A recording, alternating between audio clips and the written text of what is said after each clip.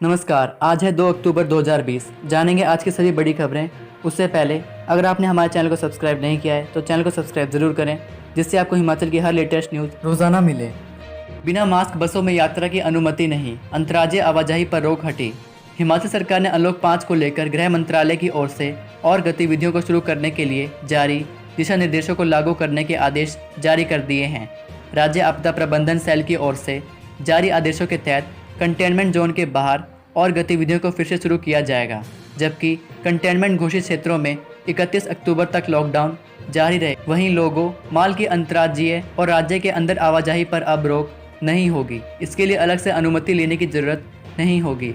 अंतर्राज्यीय बसों का संचालन परिवहन विभाग की ओर से जारी एसओपी के तहत किया जाएगा। वहीं सामाजिक, शैक्षणिक, खेल, मनोरंजन, सांस्कृतिक, धार्मिक, राजनीतिक गतिविधियों को लेकर दिशा निर्देश बाद में जारी किए जाएंगे। हालांकि इन गतिविधियों के लिए सिर्फ 100 लोगों के शामिल होने की शर्त जारी रहेगी। वहीं अब बिना मास्क या फेस कवर से बसों, टैक्सियों में यात्रा करने की अनुमति नहीं होगी। इसके साथ ही सरकारी या निजी कार्यालयों और दुकानों में भी मास्क अनिवार्य होगा। हिमाचल में खुले औद्योगिक प्रशिक्षण संस्थान, करना होगा कोविड दिशा निर्देशों का पालन। प्रदेश भर में कोरोना महामारी के चलते लगभग 6 माह से बंद औद्योगिक प्रशिक्षण संस्थान खुलने लगे हैं। उधर पर्यटन नगरी मनाली के करीब 2000 होटल और होम स्टे भी पर्यटकों के लिए खुल गए। इससे जहां प्रदेश में पर्यटकों की आवाजाही से सरकार के राजस्व में इजाफा होगा, वहीं टैक्सी चालकों, पैराग्लाइडिंग और रिवर राफ्टिंग से जुड़े लोगों का फिर कारोबार शुरू होगा। औद्योगिक प्रशिक्षण संस्थान खुलने से आईटीआई में द्वितीय वर्ष और 1 वर्षीय ट्रेडों के प्रशिक्षुओं की कक्षाएं शुरू होंगी। एम्बुलेंस रोड की मांग को लेकर कालका शिमला रेल ट्रैक पर बैठे लोग। एम्बुलेंस रोड की सुविधा नहीं मिलने से गुस्साए नगर निगम शिमला के माझियाठ वार्ड के लोग गुरुवार सुबह करीब 8 बजे से रेल पटरी पर धरने पर बैठ गए। लोग कालका शिमला रेल ट्रैक पर बैठकर प्रदर्शन कर रहे हैं।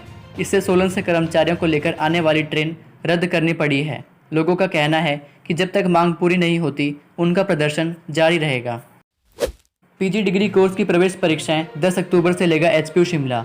हिमाचल विश्वविद्यालय स्नातकोत्तर डिग्री कोर्स की प्रवेश परीक्षाएं 10 अक्टूबर से लेगा। यह बात विश्वविद्यालय के अध्ययन प्रोफेसर अरविंद कालिया ने पीजी प्रवेश परीक्षाओं का शेड्यूल जल्द जारी करने की मांग को लेकर मिले एसएफआई नेताओं से कही। गुरुवार को एसएफआई का प्रतिनिधिमंडल इस मांग को लेकर डीएस से मिला। इकाई अध्यक्ष रविंद्र चंदेल की अगुवाई में मिले छात्र नेताओं ने उन्हें मांग पत्र सौंपा। पहले से लेट हो चुकी प्रवेश परीक्षाओं पर जल्द स्थिति साफ करने की मांग उठाई। रविंद्र के अनुसार डीएस ने कहा कि विश्वविद्यालय की प्रवेश परीक्षाएं 10 अक्टूबर से शुरू होंगी। 15 अक्टूबर तक अभिभावकों के सहमति पत्र पर ही बच्चों को स्कूलों में मिलेगा प्रवेश। हिमाचल के स्कूलों में 15 अक्टूबर तक अभिभावकों के सहमति पत्र पर ही 9वीं से जमा 2 कक्षा के विद्यार्थियों को शिक्षकों से गाइडेंस लेने के लिए स्कूलों में प्रवेश मिलेगा। 15 अक्टूबर के बाद स्कूल और कॉलेज खोलने की फैसला लेने की केंद्र सरकार ने राज्य सरकारों को मंजूरी दे दी है। ऐसे में प्रधानमंत्री नरेंद्र मोदी के हिमाचल दौरे के बाद प्रस्तावित राज्य मंत्रिमंडल की बैठक में इसको लेकर फैसला किया जाएगा। 6 महीने बाद खुलेंगे मनाली के होटल। कोरोना के चलते पिछले करीब 6 महीने से बंद पड़े मनाली के होटल पर्यटकों के लिए खुलने जा रहे हैं। मनाली में 2000 होटलों और होम स्टे में फिर से रौनक लौटेगी। होटल खुलने से एक बार फिर कोठी, गुलाबा, सोलंग नाला, हिडिंबा माता सहित कई दर्शनीय स्थलों में पहले की तरह पर्यटक उमड़ते नजर आएंगे। कोरोना के चलते बेरोजगार बैठे सैकड़ों युवाओं को भी आजीविका चलाने का अवसर मिलेगा। इतना ही नहीं, होटलों में चहल पहल बढ़ने से सरकार के खजाने को लाखों रुपए का टैक्स बिजली और पानी के चार्ज के रूप में मिलेगा। पर्यटकों की संख्या शुरू होने से बैंकों से लाखों रुपए का लोन लेकर बैठे टैक्सी चालकों को अब कमाई की उम्मीद जगी है। पीएम मोदी के उद्घाटन समारोह और जनसभा में जाने वालों के होंगे कोरोना टेस्ट। प्रधानमंत्री नरेंद्र मोदी के रोहतांग टनल के उद्घाटन समारोह और जनसभा में जाने वालों के कोरोना टेस्ट किए जाएंगे। सभा स्थल पर कोई संक्रमित व्यक्ति ना पहुंचे, इसके चलते यह फैसला लिया जाएगा। वीआईपी को छोड़कर यह व्यवस्था लागू रहेगी। सरकार ने मेडिकल कॉलेज नैरचौक और मंडी के मुख्य चिकित्सा अधिकारियों को ये निर्देश दिए हैं। कहा गया है कि स्वास्थ्य टीम को लगे कि व्यक्ति में कोरोना के लक्षण हैं तो उसी समय उसका टेस्ट किया जाए। रिपोर्ट नेगेटिव आने पर ही उसे मनाली, रोहतांग के लिए भेजा जाएगा। जमीन से आसमान तक निगरानी कर रहे 12 ड्रोन और वायुसेना का चॉपर। अटल टनल रोहतांग के लोकार्पण के लिए प्रधानमंत्री नरेंद्र मोदी के दौरे को अब कुछ ही समय शेष है। एसपीजी, पुलिस और अन्य सुरक्षा एजेंसियों ने मनाली से सिसु तक सुरक्षा घेरा सख्त कर दिया है। जमीन से आसमान तक 1 दर्जन ड्रोन कैमरे और वायुसेना का चॉपर पूरे इलाके में निगरानी कर रहे हैं। सासे हेलीपैड, सोलंग नाला और सिसु पुलिस छावनी में तब्दील हो गए हैं। गुरुवार को सासे हेलीपैड से मोदी के काफिले में शामिल होने वाले करीब 2 दर्जन वाहनों ने सोलंगनाला होकर अटल टनल के साउथ और नॉर्थ पोर्टल से सिसु तक रिहर्सल की।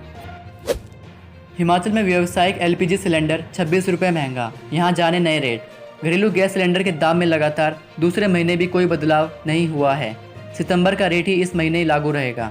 घरेलू उपभोक्ताओं को अक्टूबर में सिलेंडर लेने के लिए होम डिलीवरी सहित कुल 691 रुपये चुकाने पड़ेंगे। पहल योजना से जुड़े उपभोक्ताओं को 31 रुपये 83 पैसे की सब्सिडी बैंक खाते में वापस मिलेगी। अक्टूबर में व्यावसायिक गैस सिलेंडर के दाम 26 रुपये 50 पैसे बढ़े हैं। उपभोक्ताओं को डिलीवरी चार्ज सहित कुल 1309 रुपये चुकाने होंगे। अयोध्या के बाद अटल टनल का लोकार्पण, प्रधानमंत्री का तीसरा सार्वजनिक समारोह। मुख्यमंत्री जयराम ठाकुर ने कहा कि पीएम मोदी के अटल टनल रोहतांग लोकार्पण समारोह के लिए सभी जिला मुख्यालयों, विधानसभा क्षेत्रों और प्रदेश के सभी महत्वपूर्ण स्थानों पर 90 एलईडी स्क्रीन लगाई जाएंगी। उन्होंने कहा कि कोविड-19 महामारी के दौरान अयोध्या के बाद पीएम का यह तीसरा सार्वजनिक समारोह है, जो राष्ट्र के लिए इस टनल के लिए महत्व को दर्शाता है। कृषि कानूनों के विरोध में कांग्रेसी रिज मैदान शिमला पर देंगे धरना। हाईकमान के निर्देश पर कृषि कानूनों के विरोध में शुक्रवार से कांग्रेस किसानों के समर्थन में आंदोलन छेड़ेगी। कांग्रेस रिज मैदान पर महात्मा गांधी की प्रतिमा के सामने धरना देगी। साथ ही जिलों और ब्लॉकों में भी किसान आंदोलन चलाया जाएगा। कांग्रेस ने जिलों और ब्लॉक स्तर पर भी 10 अक्टूबर तक नए किसान कानूनों का विरोध करने का फैसला लिया है। प्रदेश कांग्रेस का मंडी में किसानों के समर्थन में 10 अक्टूबर को सम्मेलन होगा। इसमें प्रदेश भर से नेता जुटेंगे। सम्मेलन में प्रदेश भर के किसान संगठनों के पदाधिकारियों और नेताओं को आमंत्रित किया जाएगा। कांग्रेस प्रदेश में किसानों के समर्थन में हस्ताक्षर अभियान भी चलाएगी। नड्डा के दखल से फिर शुरू होगा किरतपुर नैरचौक 4 लेन काम। किरतपुर नैरचौक 4 लेन का 3 सप्ताह से रुका काम एक बार फिर शुरू होगा। केंद्रीय पर्यावरण, वन एवं जलवायु परिवर्तन मंत्रालय ने बिलासपुर से मंडी के बीच बन रहे 4 लेन के निर्माण पर लगाई रोक हटा दी है। हालांकि एनएचएआई वही निर्माण कार्य कर सकेगा जहां अलाइनमेंट में बदलाव नहीं किया गया है। हिमाचल में तैयार बिजली से दौड़ेगी बिलासपुर मनाली लेह रेल, पूरी तरह से होगी इको फ्रेंडली। सामरिक महत्व और पर्यटन विकास के लिए बहुप्रतीक्षित 465 किलोमीटर लंबी Bilaspur Manali Leh rail line eco friendly होगी। हिमाचल में तैयार बिजली से ही विश्व की सबसे ऊंची रेल लाइन पर रेल दौड़ाई जाएगी। प्रदूषण रहित रेल लाइन से प्रदेश के पर्यावरण को खतरा नहीं होगा। रडार सर्वे के लिए पहुंचे रेलवे विभाग ने इस पर काम शुरू कर दिया है। टीम ने रेल ट्रैक की जियोलॉजिकल मैपिंग भी शुरू कर दी है। रेल की पटरी जहां से गुजरेगी वहां भूमि की मजबूती का आंकलन किया जाएगा। केसीसी बैंक निदेशक मंडल चुनाव में भाजपा ने मारी बाजी, 16 में से 10 जोन पर कब्जा। हिमाचल के दोनों राजनीतिक दलों के लिए साख का सवाल बने कांगड़ा केंद्रीय सहकारी बैंक के निदेशक मंडल के चुनाव में बाजी भाजपा के हाथ लगी।